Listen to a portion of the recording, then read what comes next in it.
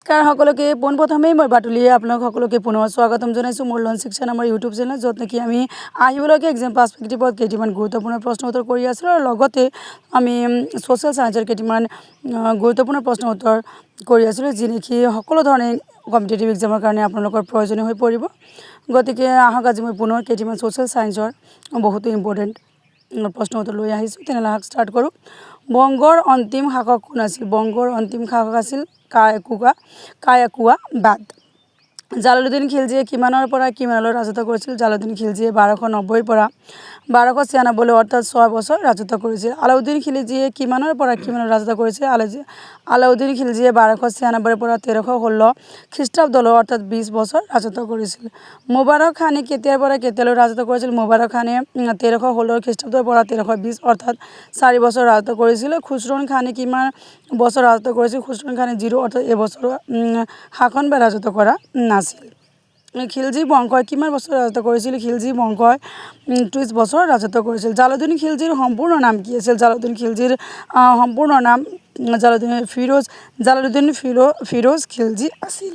এই আপোনালোক ইম্পৰ্টেণ্ট হয় প্ৰশ্নটো।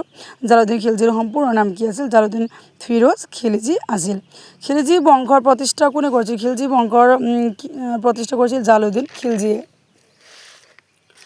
আলাউদ্দিন খিলজীয়ে কিমান খ্ৰীষ্টাব্দৰ পৰা কিমান খ্ৰীষ্টাব্দলৈ ৰাজত্ব কৰিছিল? আলাউদ্দিন খিলজীয়ে 1296 পৰা 1316 খ্ৰীষ্টাব্দলৈ ৰাজত্ব কৰিছিল। আলাউদ্দিনৰ আচল নাম কি আছিল?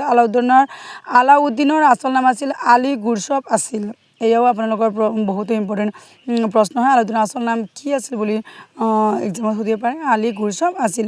কোনে ধৰ্ম আৰু শাসন ব্যৱস্থাক পৃথক পৃথক কৰি শাসন কৰিছিল? আলাউদ্দিনে ধৰ্ম আৰু শাসন ব্যৱস্থাক পৃথক পৃথক কৰি শাসন কৰিছিল।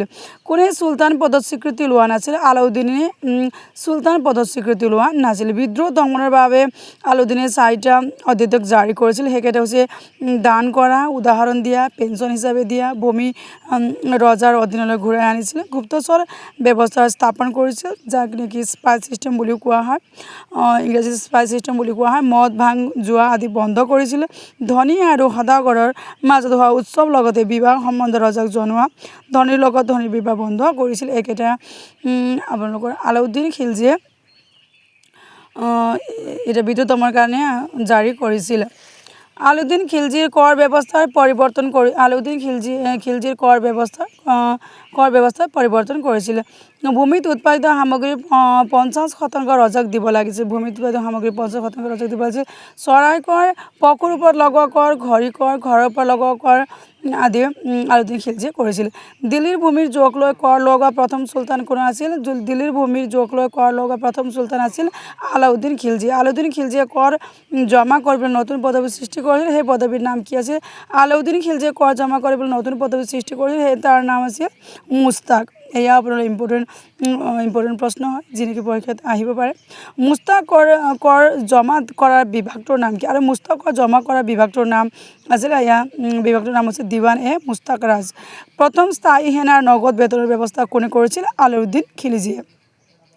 গতিকে এয়া আজি মই ইমানেই ছ'চিয়েল ছায়েন্সৰ প্ৰশ্ন উত্তৰ লৈ আহিলোঁ, যি নেকি সকলো ধৰণে কম্পিটিটিভ এক্সামৰ কাৰণে আপোনালোকৰ ইম্পৰ্টেণ্ট